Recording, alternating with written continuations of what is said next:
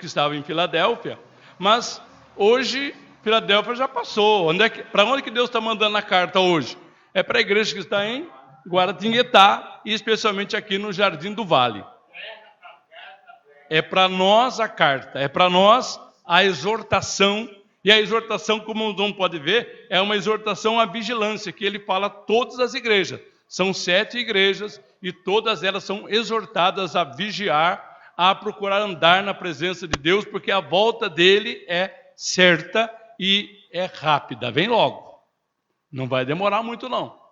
Então, por isso temos que atentar para o que a palavra de Deus diz, e esse assunto vai nos mostrar quem é este que está falando conosco. Começando, ele diz assim, isto diz o que é santo, é o primeiro tópico. Isso diz o que é santo, não aqui.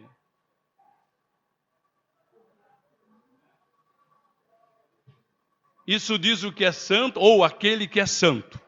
Quem é que é santo? É Jesus. É ele que está falando para a igreja. Eu vou ler aqui para os irmãos, preste atenção, que está aqui escrito, ó. A palavra traduzida por santo, nesse caso aqui, vem do grego, que é ágios. Tudo bem, mas não é só isso. Nós sabemos que santo é separado, é sagrado, mas não tem, mas tem o valor, tem a conotação também de valioso, de precioso, de algo que nós temos que conservar, que nós não podemos descartar de maneira alguma.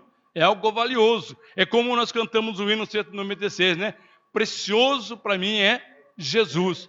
Jesus é precioso, ele é um tesouro para nós. Aqui diz assim, Jesus se apresenta dessa forma para a igreja de Filadélfia, porque, de fato, para aqueles que o amam e servem, ele é um tesouro e a recompensa da nossa salvação. Quantos encontraram esse tesouro aqui já? Amém. Quantos têm preservado esse tesouro? Temos que preservar, porque o tesouro foi encontrado, mas nós temos que preservar. Os irmãos se lembram da parábola que Jesus contou em Mateus 13, 44 e 46, né? Que alguém encontrou um tesouro. E o que ele fez com o tesouro? Ele pegou lá não pegou.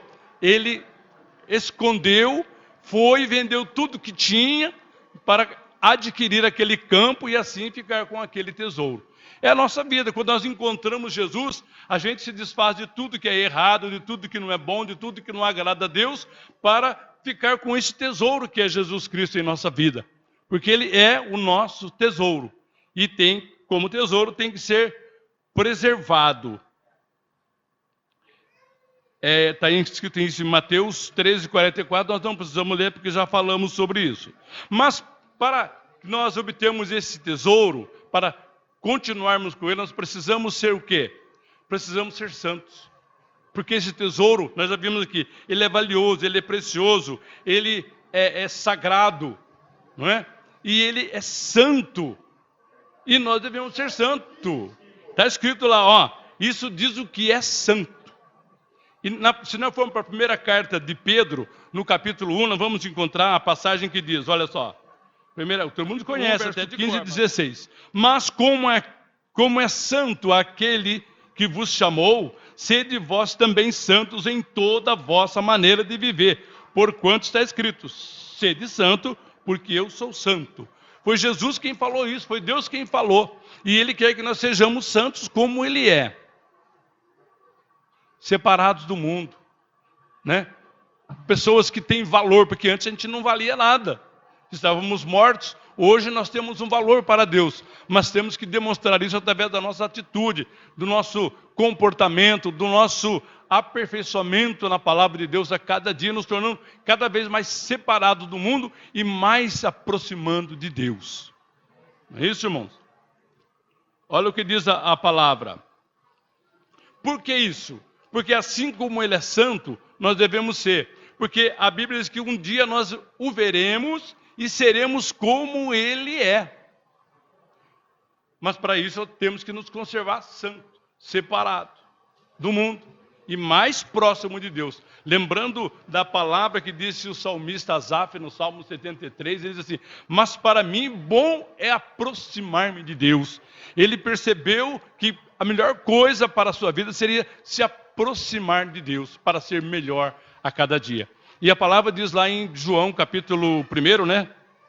Capítulo 2, melhor dizendo. 1 João 2 e 3 diz assim: amados, agora somos filhos de Deus, agora. Mas ainda não é manifestado o que havemos de ser. Mas sabemos que quando Ele, Jesus, se manifestar, nós seremos semelhantes a Ele, porque assim como Ele é, o veremos. Então temos que ser santo agora, como Jesus é santo, para que o vejamos como Ele é e sejamos semelhantes a Ele. Só dessa forma nós podemos ser semelhantes a Ele, senão não tem jeito. Se nós não nos santificar, não há como sermos semelhantes a Ele. A grande promessa do Evangelho e anseio do crente fiel é que, assim como Ele é, nós também seremos um dia. Tudo bem. Isto diz o que é santo, o que é verdadeiro. Olha só, Jesus se apresenta como santo e como verdadeiro. Aqui. E, de fato, a sua palavra é plenamente confiável e digna de toda aceitação. Pois tudo o que tem dito até agora tem se cumprido sem qualquer equívoco. Tem ou não tem a palavra do Senhor se cumprida em nossa vida? Então, isso diz o que é santo, o que é verdadeiro. Por que ele fala o que é verdadeiro? Ontem o irmão Rude falou que mostrou alguns deuses falsos, né? Alguns que se denominavam que eram o próprio Jesus e eram falsos. E sempre existiram deuses falsos. E muitas pessoas seguiram. Haja vista no tempo lá de Davi, por exemplo, dos filisteus que seguiam tanto os deuses, né? E Baal e tanta coisa. Então, quem está falando aqui não é ele, porque eles não falam, são deuses mortos. Quem está falando aqui é o Deus vivo, o Deus verdadeiro, o Deus poderoso, o Deus santo, o Deus fiel. E ele está falando para nós que ele é verdadeiro. E a palavra dele confirma isso. Se nós formos para o Evangelho de João, capítulo 1, nós já vamos encontrar isso. Ó. João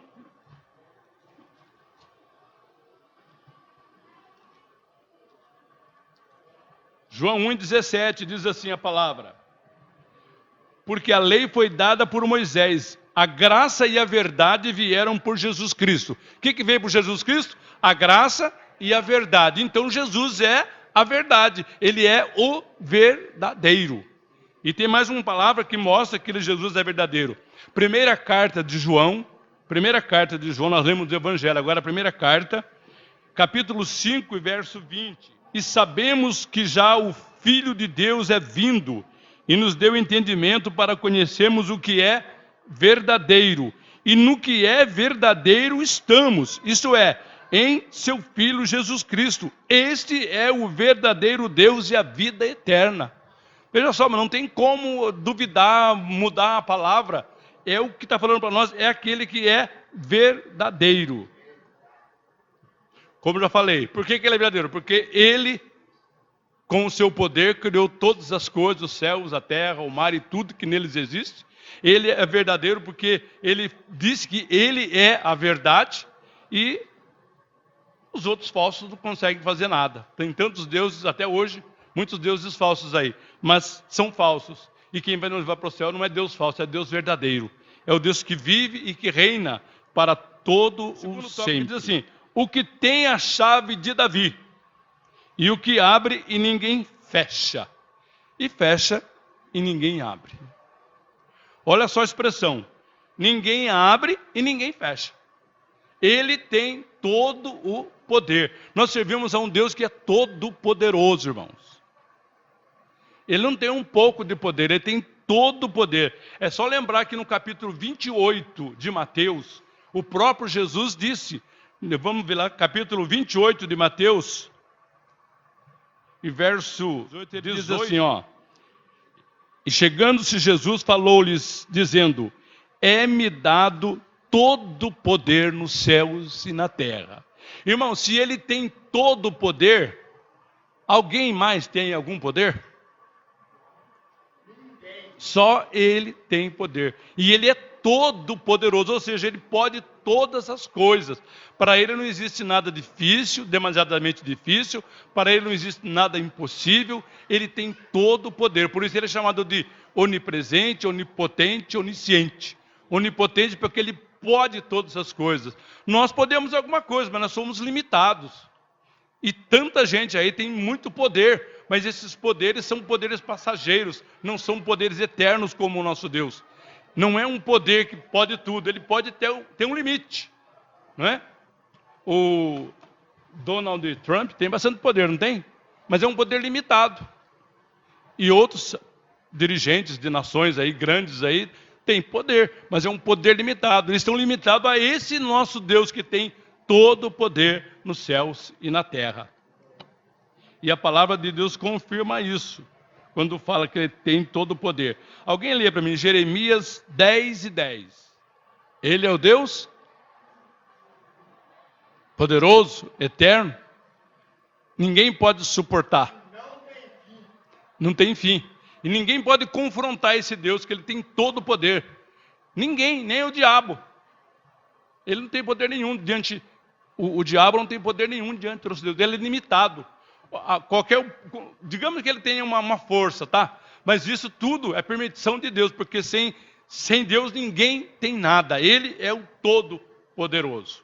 E olha o que diz Lucas, capítulo 1, verso 33. Está falando de Jesus. E reinará eternamente na casa de Jacó. E o seu reino não terá fim. Nabucodonosor era um rei muito poderoso, não era? Mas ele passou. Dario, Carlos Magno, Alexandre o Grande, Hitler, tantos homens poderosos, mas com poderes limitados, e todos eles passaram. Mas a Bíblia nos mostra que o nosso rei, ele nunca passará, porque o reino dele também nunca passará. Tudo vai passar, mas a palavra de Deus não passa, o nosso Deus não passa, o nosso Deus não muda. Ele nunca perde o seu poder, ele sempre tem o mesmo poder. Tem pessoas que têm um poder, mas de repente ele vai enfraquecendo. Lembra dos reinados que houveram aí? Eles tinham poder, mas de repente enfraquecia, vinha outro, tomava o lugar dele e acabava o poder. Mas o nosso Deus não acontece isso. Ele tem todo o poder. Ainda continua. Portanto, ninguém pode resistir à sua vontade, visto que ele faz o que lhe apraz. Por essa razão, todos os povos são convidados a fazer uma aliança com este rei poderoso, para que não se ire. Irando-se ele, quem escapará de suas mãos? Nós já fizemos aliança com o nosso Deus? Amém, irmãos? Já fizemos aliança? Eu acho que foi ele que fez conosco, né? Mas nós aceitamos fazer essa aliança, não é isso? Porque ele foi que estendeu, ele que tomou a iniciativa de fazer essa aliança conosco. E nós fomos privilegiados de ter nos escolhido para fazer essa aliança conosco. Vamos manter então essa aliança com ele, para que nós possamos continuar na presença desse Deus Todo-Poderoso. Vede agora que eu o sou, e mais nenhum Deus comigo. Eu mato, eu faço viver, eu firo e eu saro. E ninguém há que escape das minhas mãos. Porque levantarei a minha mão aos céus e direis, eu vivo para sempre. É um Deus que vive eternamente. Lá também em Hebreus capítulo 7, e verso 24, 25, está dizendo que ele vive eternamente. E porque ele vive eternamente, ele pode salvar perfeitamente todos que chegarem a ele. Quando está falando sobre o sacerdócio, o sacerdote tinha que oferecer sacrifício por ele e pelas pessoas, ele tinha que ser trocado porque morriam, né? Mas o nosso sacerdote eterno, que é Jesus Cristo, ele tem todo o poder e ele não morre jamais, então ele pode salvar perfeitamente. É por isso que nós somos salvos, porque se ele morresse tão somente, não ressuscitasse, não estivesse vivo, nós não estaríamos aqui salvos. Mas porque ele vive para sempre, nós passamos a viver também. Jesus também se apresenta como aquele que tem as chaves da morte e do inferno. Isso é, tem autoridade sobre a vida e sobre a morte. Assim, também ele tem autoridade para abrir portas e fechar portas. A salvação, a vida eterna, o poder, a santidade estão em seu domínio. Somente ele pode conceder. Não é algo que se alcança pelo seu próprio esforço, pelo seu próprio mérito. É só Deus que tem esse poder. Ele tem as chaves. Vamos atentar bem para isso, da palavra que diz. O verbo é no presente, ele tem. Ele não vai ter, ou não fala que ele teve, ele tem. Porque nós vemos muitas pregações, quando as pessoas enfeitam as pregações, dizendo que Jesus, quando ele ressuscitou, ele foi até o inferno, e lá no inferno o diabo ouviu os passos de Jesus chegando, e ele chegou com toda a autoridade, tomou a chave da mão dele. Isso aí é uma falácia, como alguém costuma falar, né? É uma ilusão, é uma quimera. Isso não aconteceu. Por que não aconteceu? Porque Jesus nunca perdeu chave. E o diabo nunca teve a posse dela. É isso mesmo? Jesus sempre teve a chave da morte e do inferno. Ou seja, ele sempre ele é quem pode dar a vida ou tirar a vida, mas ninguém. A vida e a morte está no poder de Jesus. É Deus. Interessante você ver que aquela nossa irmã que estava orando lá no templo, a Ana, a mulher de Eucana, a mãe de Samuel, ela já sabia disso. Ou se ela não sabia, ela foi inspirada pelo Espírito de Deus para falar isso. Está lá escrito, capítulo 2, vamos ler 1 Samuel, capítulo 2, do 6 ao 8, que diz assim: o Senhor é o que tira a vida e a dá. Faz descer a sepultura e faz tornar a subir dela. O Senhor empobrece e enriquece, abaixa e também exalta. Então é Ele quem faz tudo isso. Então a vida está no poder do nosso Deus. Ele tira a vida e Ele dá a vida. Não somente a vida física, mas também a vida eterna. Porque a vida eterna foi Ele que nos deu também. Nós não ganhamos a vida eterna de uma outra maneira, fazendo boas obras, fazendo caridade, ou sendo muito bonzinho, não. É Ele que nos deu a vida eterna. Ou seja, Ele tem poder sobre tudo. É Ele quem faz todas as coisas.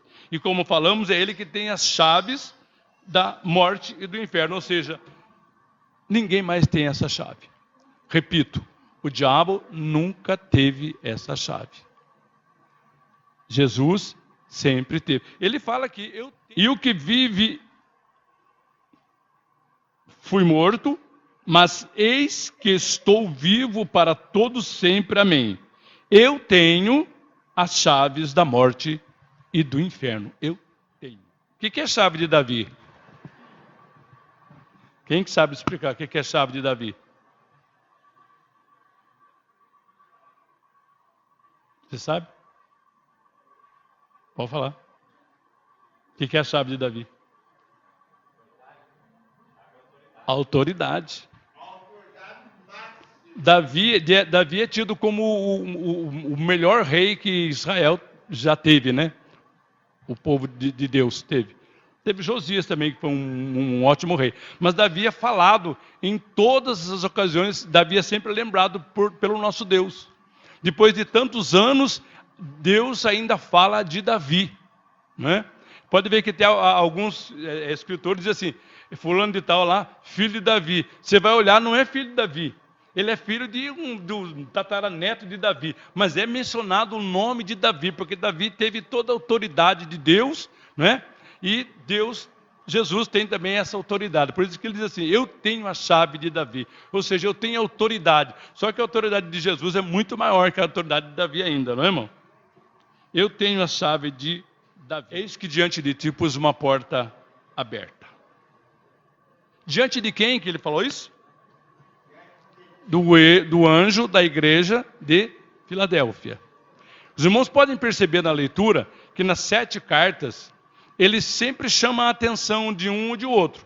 Tem uns que não são muito chamados, mas a maioria dos anjos, dos dirigentes das igrejas ali, dos líderes da igreja, eles estão chamando a atenção por alguma coisa, por alguma falha. Tenho contra ti alguma coisa, tenho contra ti alguma coisa. Para o anjo da igreja de Filadélfia, Jesus não fala nada disso, que tem alguma coisa contra ele. Mas ele faz somente uma espécie de um elogio a ele, porque essa pessoa estava andando de acordo com a palavra de Deus. Ainda que ele não tivesse muita força, como nós vemos aqui. Ele não tinha muita força, mas ele estava seguindo a palavra de Deus. Ele não tinha muita força, mas ele não recuava. Ele não deixava de olhar para Jesus, que é a nossa força, que é a nossa alegria, que é tudo para nós. Então, ele tinha pouca força, mas ele fazia a obra. Porque, irmão, quem tem muita força aqui é só Deus. Nós temos pouca força, mas com pouca força mesmo, nós não podemos negar o nome de Jesus. Não podemos. Olha o que diz aqui. Eis que diante de ti pus uma porta aberta. Há muitas portas que Jesus pode abrir para a sua igreja nessa hora final do mundo. Há especulações sobre qual é a porta exatamente descrita em Apocalipse. Qual seria essa porta? Não tem uma porta específica, né, irmão?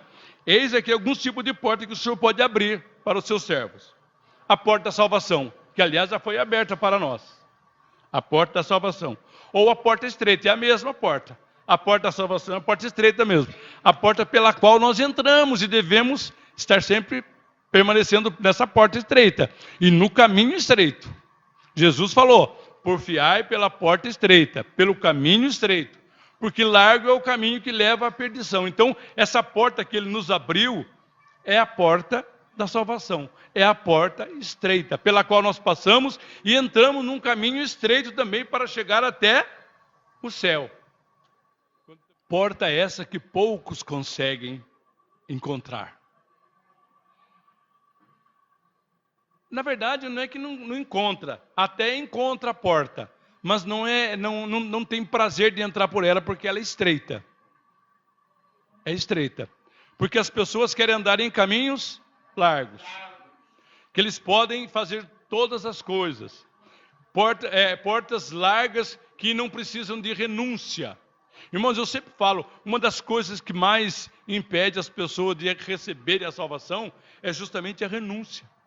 As pessoas querem seguir Jesus, mas não querem deixar os seus vícios, não querem deixar os seus pecados, não querem deixar os seus defeitos, quer continuar daquele jeito mesmo. Não tem jeito. Quer continuar sendo amigo do mundo, quer ser amigo de Jesus também, mas não pode. A Bíblia diz bem claro que quem quer ser amigo do mundo constitui-se inimigo de Deus. Então as pessoas até, eles vislumbram de longe essa porta, mas eles não querem entrar por ela, porque é uma porta estreita.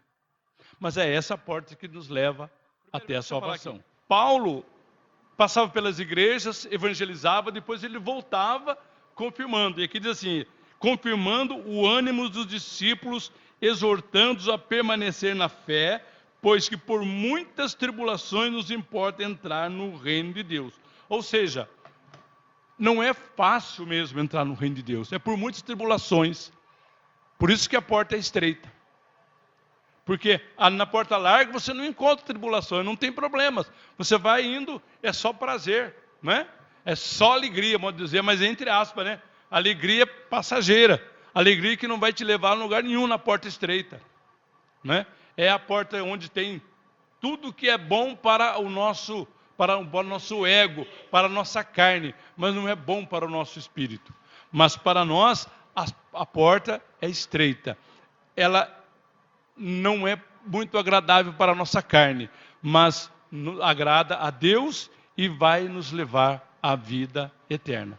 Por isso que Paulo falou assim, você vai passar por muitas tribulações, mas isso é importante, precisa que vocês passem por tribulações para alcançar a vida eterna. Alguém pode fechar uma porta que Deus abriu? E alguém pode abrir uma porta que Deus fechou? Não pode também. É por isso que ele diz assim, uma porta eu pus que ninguém abre e ninguém fecha. Só ele. Ninguém abre e ninguém fecha. Isso quer dizer que quando ele abriu para nós a porta da salvação, nós também entramos por uma porta que ninguém vai fechar. Quem sabe, talvez você possa fechá-la se você deixar de seguir Jesus. Mas se ele te salvou de fato, você nunca vai deixar. Então essa porta nunca vai se fechar para você. Mas ele disse que tem portas que ninguém pode abrir. Só ele também. E essa porta, o que é? Tem muitas portas que só Jesus pode abrir. Às vezes, Você está desempregado, por exemplo, e só Jesus pode abrir essa porta para você. E Ele abre portas. Ele fecha portas, Ele abre portas. As pessoas até cantam hinos, né, que Ele abre porta onde não tem porta. Isso quer dizer que Ele tem todo o poder. Para Ele não existe nada realmente difícil. Para o nosso Deus não há nada impossível. Então, por isso que falamos, porta da evangelização. É porta que Ele abre também. Os irmãos já perceberam que quando Paulo, ele escrevia para as igrejas, para muitas igrejas ele falava, ele pedia oração para que abrisse uma porta para ele. Vamos ler, deve ter escrito aqui, ó. 1 Coríntios, capítulo 16, verso 9. Olha o que Paulo diz. Porque uma porta grande e eficaz se me abriu e há muitos adversários. Quem que abriu essa porta? Era a porta da evangelização. Paulo precisava evangelizar. Ele diz assim um dia, ai de mim se não evangelizar. Ele foi chamado para isso. Mas ele precisava que a igreja orasse para que as portas se abrissem. Porque às vezes o próprio Deus fechava alguma porta. Não é?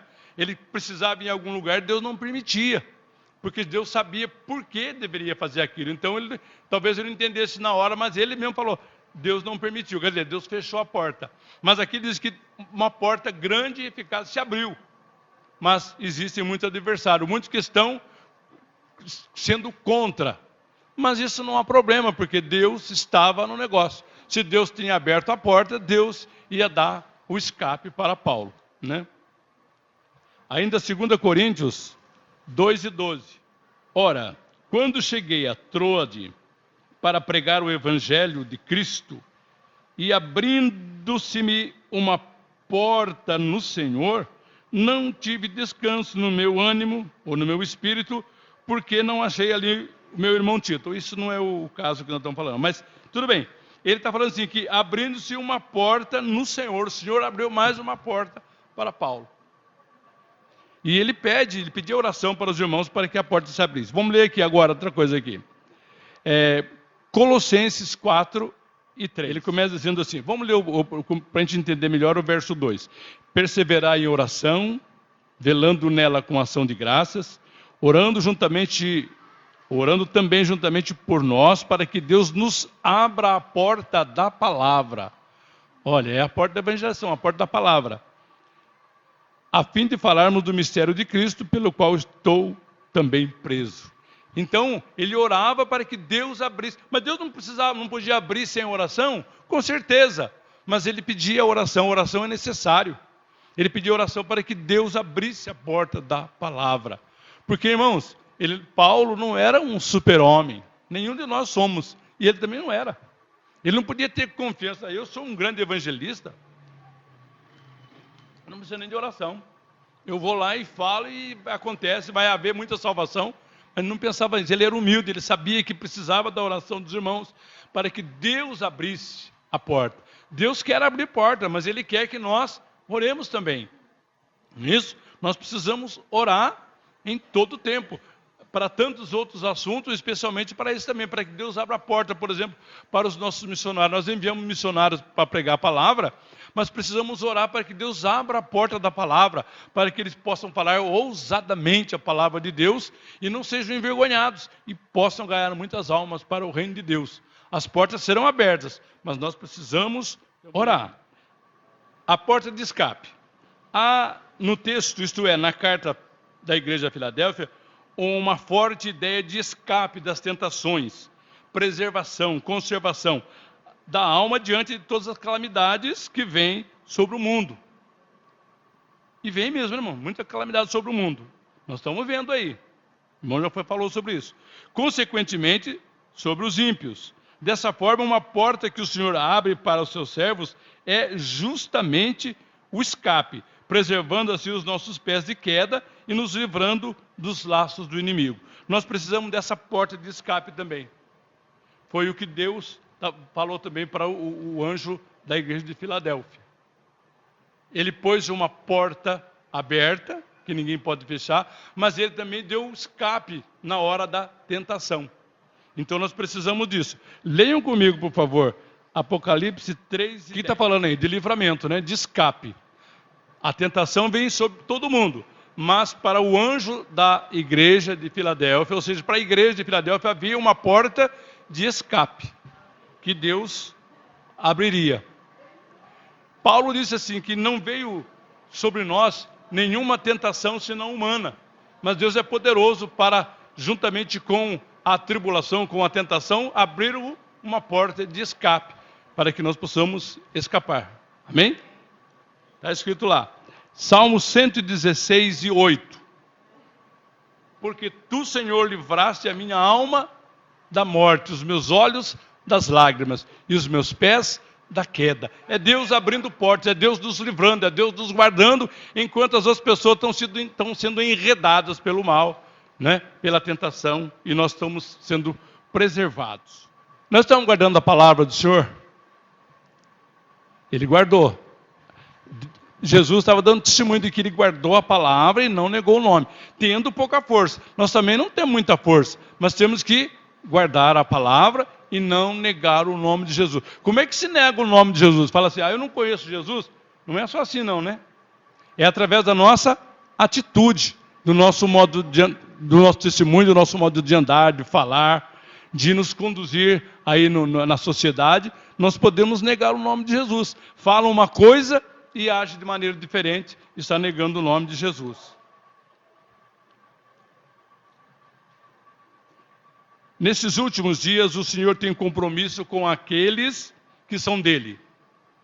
Jesus tem compromisso com as pessoas do mundo? Ele tem compromisso com os que são dele. Ele abençoa as pessoas que estão no mundo. A Bíblia diz que ele manda a chuva, o sol sobre as pessoas. Ele não faz distinção. Mas ele cuida daqueles que são dele. Para esse, ele abre uma porta. O mundo jaz no maligno, e os homens irão de mal a pior. Enquanto os verdadeiros crentes em Cristo têm guardado a palavra das Escrituras e preservado o nome de Cristo em seus corações, confessando-o diante dos homens.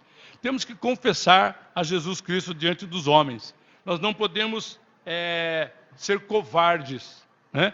Diante de autoridades, diante das pessoas. Tem gente que saúda você na igreja, na rua, em casa e tal, mas às vezes entrando num consultório médico, no ônibus ou num outro lugar, ele não é capaz de saudar você com a paz do Senhor. Ele está negando Jesus também. Tem vergonha de mostrar que ele é crente. Nós não podemos ter essa vergonha. Tem vergonha talvez de orar em público e falar do nome de Jesus. Nós conhecemos no nosso meio, existem pessoas, irmãos, no nosso meio que ele encontra com alguém na rua assim, e se Deus tocar no coração dele, ele ora ali na rua mesmo, e ele fala em línguas, ele faz tudo. Eu acho que não está correto isso. Porque não pode negar, eu tenho vergonha aqui, não dá para fazer isso. Não, nós não podemos negar o nome de Jesus, em qualquer situação, em qualquer lugar. Portanto, qualquer que me confessar diante dos homens, eu o confessarei diante de meu Pai que está nos céus. Mas qualquer que me negar diante dos homens, eu o negarei também diante de meu Pai que está nos céus. Então é muito sério o assunto. Nós não temos que confessar o nome de Jesus e jamais negar. Nós sabemos que muitos homens de Deus morreram, né, por não negarem o nome de Jesus. E não foi de qualquer maneira, senão simplesmente por vergonha, não. Eles eram obrigados a negar o nome de Jesus, senão morreriam. Iriam para ser jogados na arena para os leões, ou então para a fogueira. E eles foram para a fogueira, mas não negaram o nome de Jesus. A Bíblia conta que um deles, a história conta, eu não sei se alguém já leu isso, se não me engano foi John Hus. Ele, por causa das perseguições, não sei por que razão, não me lembro agora, parece que ele foi obrigado a negar. Ele chegou a escrever uma negação. Eu li isso, não sei se é verdade. Ele chegou a negar Jesus. E depois, ele voltou atrás e começou a confessar o nome de Jesus de novo. Foi preso de novo. E daí o levaram para a fogueira. Ele morreu na fogueira. Mas diz a história que eu li, se é verdade, eu não sei, estou passando para os irmãos. Ele estava sendo amarrado e na hora que as chamas começaram a subir, ele pediu para que soltasse a mão direita dele, a mão que ele tinha escrito a negação. E ele colocou ela no fogo primeiro para queimar. Não sei se é verdade. Mas ele negou, mas depois ele voltou atrás e confirmou a sua fé em Jesus. Nós não estamos passando por isso, né, irmão? Mas às vezes por causa de uma pessoa mais, de uma autoridade, uma pessoa mais, assim, de destaque, a gente fica com vergonha de falar de Jesus e de confessar Jesus. Não pode. Isso é moral. Os irmãos já perceberam aquela palavra que Paulo diz assim, quando estou fraco é que estou forte? Então, mas eu já vi pessoas dizendo assim, ó, eu estou meio fraco na fé, quase parando, desanimando, mas Paulo diz que quando sou fraco, sou forte. Não é isso que ele quis dizer. Não é isso. Quando eu estou fraco na fé, quase parando, quase negando Jesus, eu estou fraco mesmo, não estou forte não. Quando ele fala assim, quando eu sou fraco, então sou forte, ele quer dizer, ele está fraco na carne. Está sendo perseguido, ele está fazendo jejuns, ele está sendo provado, a carne está fraca, mas ele está forte. É isso que quer dizer a palavra. Né? Então é o caso aqui, ó, tendo pouca força, não é fraqueza moral, não. É uma fraqueza, pode ser carnal, da nossa carne, mas ele está forte no espírito, porque senão está fraco mesmo, está fraco e vai acabar caindo. Né? Aqui diz, visto que todos aqueles que guardam a palavra de Deus não negam o seu nome, ou não negam o nome do seu filho diante do mundo, tem muita força espiritual. Olha só, a pessoa é fraca fisicamente, mas ela tem muita força espiritual, porque ela não nega o nome de Jesus, como era o caso do anjo da igreja de Filadélfia. O ter pouca força aqui pode indicar ter poucos recursos, não é? Como políticos, financeiros, bens materiais e outros. Tem pouco recurso, e tem perseguição, e tem luta, e tem problema, mas ele não nega a Jesus. Tá bem? Não tem mais aqui, né, irmão? Tem. Saibam que eu te amo. Então, olha só.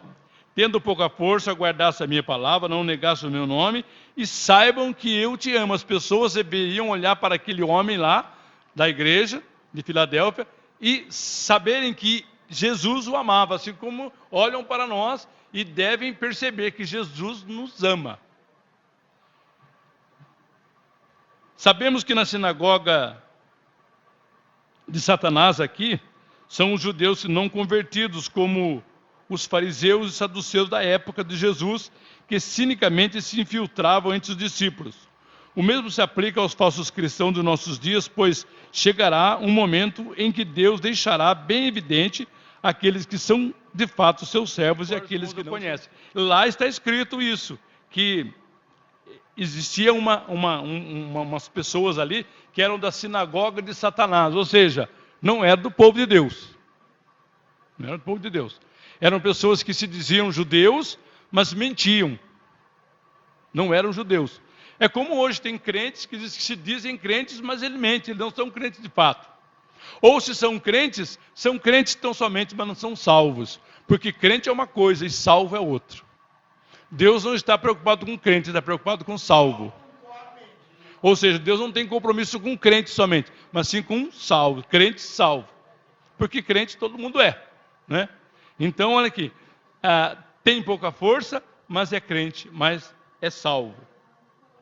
E ele tem uma diferença do mundo, apresenta o crente que está nessa situação, ele apresenta uma situação diferente do mundo. E o mundo tem que ver essa diferença. É por isso que nós sempre falamos que o crente tem que ser diferente. Vamos ler lá o que está escrito lá em Malaquias? Malaquias 3, 16 e 18. Naquele tempo, a sinagoga de Satanás era composta de religiosos, de fariseus, de saduceus, de tanta coisa assim. Eram religiosos, mas eram falsos. Então tinha uma diferença, e as pessoas veriam essa diferença. E ele fala assim, então vereis novamente a diferença entre o que serve a Deus e o que não serve. Nós temos que ser diferentes, porque senão, irmão, porque não é só questão de falar, olha só, Jesus mesmo falou sobre a pessoa que diz que é. Eles diziam que eram judeus, mas não eram, mentiam. E Jesus falou a respeito dele quando ele fala no capítulo 7 de Mateus, nem todo o que me diz Senhor, Senhor, entrará no reino dos céus, mas aquele que faz a vontade de meu Pai que está nos céus. Muitos me dirão naquele dia, Senhor, Senhor, não profetizamos em teu nome, e em teu nome não expulsamos demônios, e em teu nome não fizemos muitas maravilhas? E então lhes direi abertamente: nunca vos conheci. Apartai-vos de mim, vós que praticais a iniquidade. Ou seja, pessoas que estão falando em nome de Jesus, que estão curando em nome de Jesus, que estão expulsando em nome de Jesus, expulsando demônio, né? Em nome de Jesus, mas não guardam a palavra, não vivem a palavra. Então vai receber aquela palavra de Jesus: não vos conheço. Por isso que nós temos que ser diferentes. Também eu te guardarei da hora da tentação que há de vir sobre o mundo para tentar os que habitam na terra. Olha o que está escrito aqui. Embora muitos sugiram que guardar da hora da tentação se refira à grande tribulação, na verdade a expressão no grego para tentação é, eu não sei de grego, mas está escrito aqui, peirasmos. Isso fala de tentação, no sentido de incitar ao erro, afligir ou seduzir, como o próprio texto acrescenta, para tentar os que habitam na terra. Não é tribulação. A tribulação é diferente. A tribulação é para nos aproximar de Deus. A tribulação não é para nos destruir. Se você pegar lá em capítulo 5 de Romanos, você vai encontrar que a tribulação não é para nos afastar de Deus, mas a tentação, sabendo que a tribulação produz a paciência. Então a tribulação é a paciência. Aqui que está falando que não é a hora da grande tribulação, não, é na hora da tentação que o servo do Senhor será guardado. Porque pela tribulação nós estamos passando. Estamos ou não estamos? Nós estamos passando. Ou será que não é tribulação o que nós passamos hoje? É tribulação. Quando o anjo falou com João em Apocalipse, capítulo 7, você vai perceber que ele vai assim: quem são estes de branco? Ele vai dizer: esses são os que vieram de grande tribulação. Não é de tentação, é de tribulação. Então aqui está dizendo assim, que vai guardar na hora da tentação, não é da tribulação. Olha só, derrubando por terra a ideia de provar ou tribular, né? Veja que não se trata de tribulação que virá sobre a terra, mas sim tentação, para que fazer que os moradores da terra se percam cada vez mais em suas corrupções. É o que está acontecendo aí. As tentações estão à nossa volta e as pessoas que não temem Jesus estão se perdendo nessas tentações. Mas o crente já está sendo preservado. Ele está na tribulação, mas não está caindo na tentação.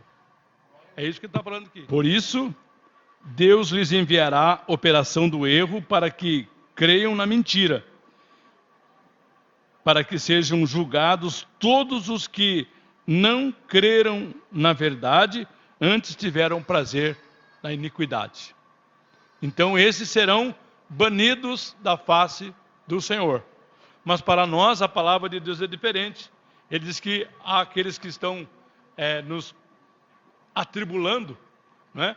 Eles serão destruídos, serão condenados. E nós que somos atribulados hoje, vamos receber o quê? Descanso com Ele quando Ele vier na sua glória.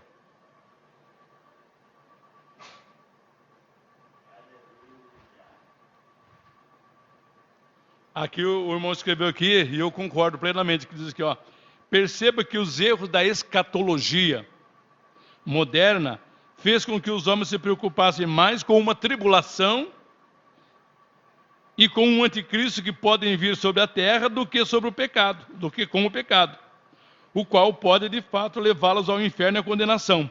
Paulo nos alertou acerca da maldade desses dias. Vejam só, então a pessoa fica falando sobre tribulação, a grande tribulação, depois de 7 anos, não sei o que, tanta coisa, 3 anos e meio de paz, 3 anos e meio de tribulação, esquece de falar contra o pecado. Nós temos que nos preservar do pecado. Essas coisas nós vamos deixar para o tempo do fim, que vai acontecer. Nós não sabemos ao certo como vai acontecer, porque eu estava lendo hoje uma referência ao Apocalipse, assim, que o livro de Apocalipse é uma obra que tem mais interpretações do que qualquer um outro livro sagrado. Há muitas interpretações. E muitas pessoas, muitos pastores, muitos líderes evitam de falar sobre o Apocalipse. E é uma verdade isso.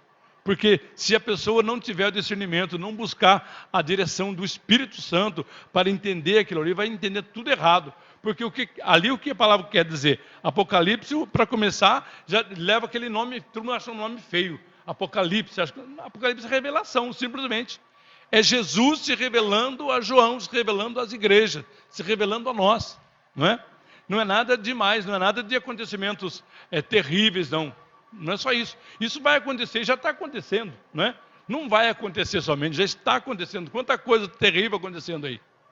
Então as pessoas levam isso para frente, começa por medo das pessoas, e ao invés de mostrar que o pecado é que deve ser combatido, e não levar a atenção das pessoas para essas coisas. Portanto, vede prudentemente como andais, não como néscios, ou seja, imprudente, insensato, mas como sábios, remindo o tempo, por quantos dias são maus. O irmão falou ontem sobre o remindo o tempo, não sei se leu esse texto mesmo. Remindo o tempo é administrar, saber administrar, aproveitar o tempo para servir ao Senhor, para ser melhor na nossa vida espiritual, porque os dias são maus. Ao que vencer, eu o farei coluna do templo do meu Deus.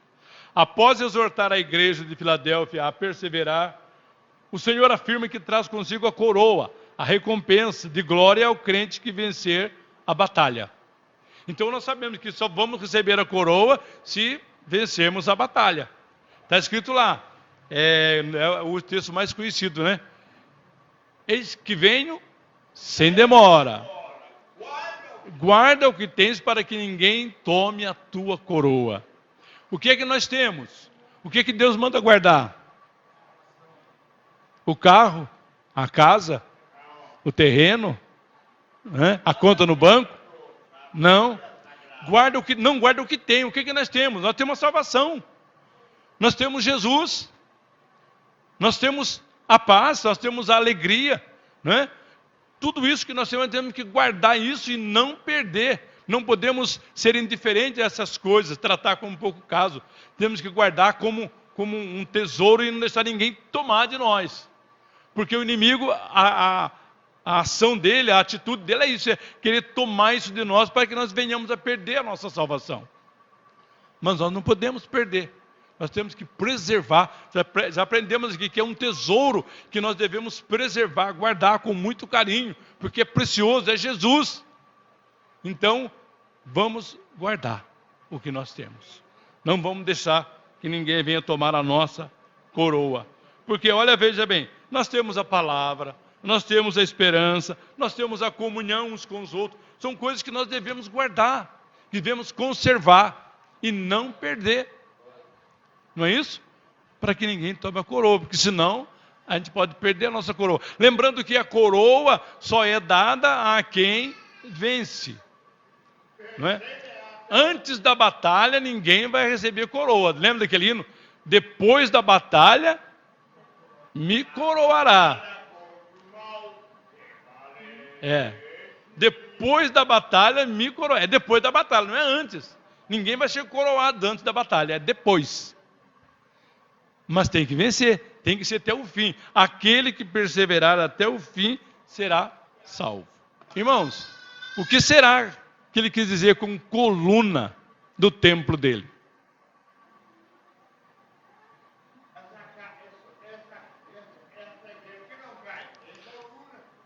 Exatamente. Uma construção para estar bem firme tem que ter o alicerce, que é Jesus Cristo, né? E a coluna. Mas nós somos colunas já, viu, irmãos?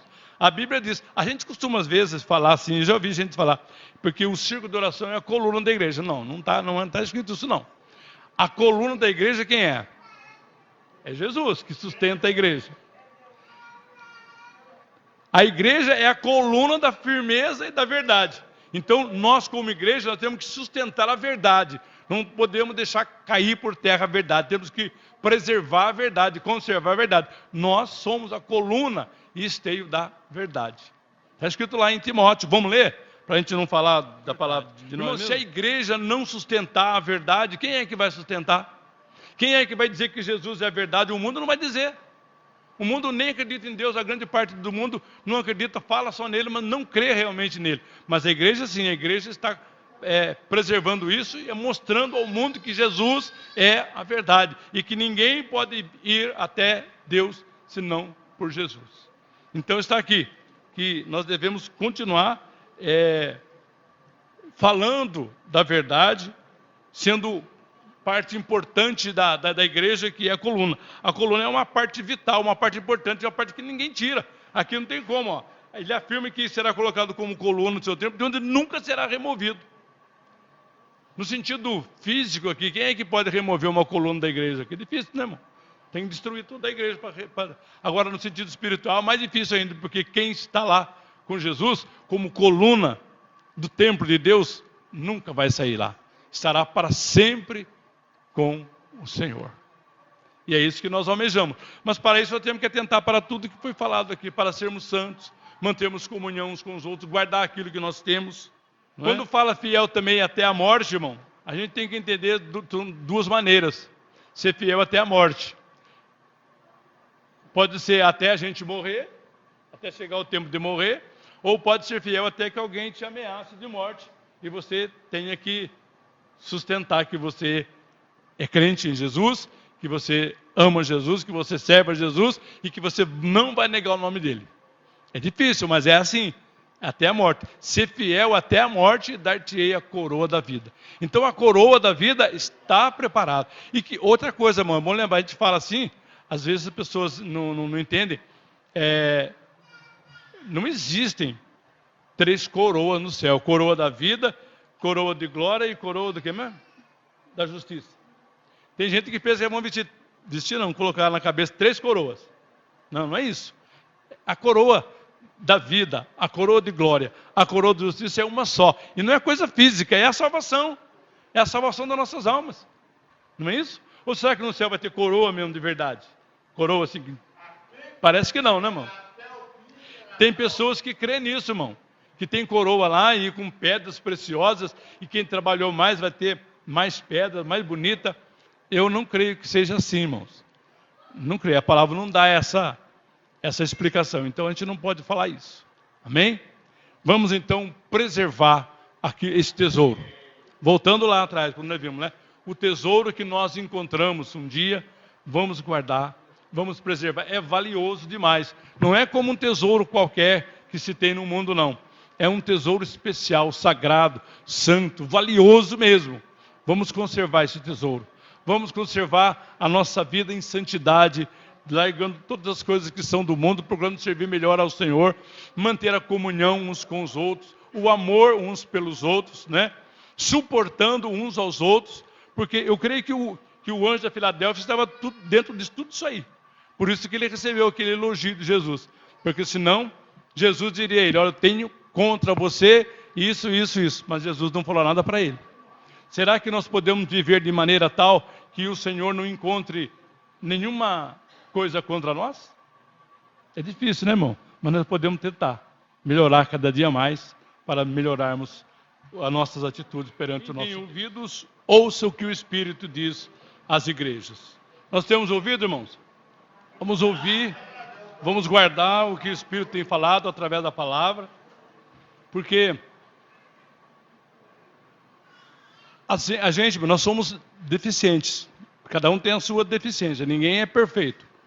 Mas a palavra de Deus é perfeita. E o Espírito que está em cada um de nós, ele com certeza vai aperfeiçoar a nossa vida.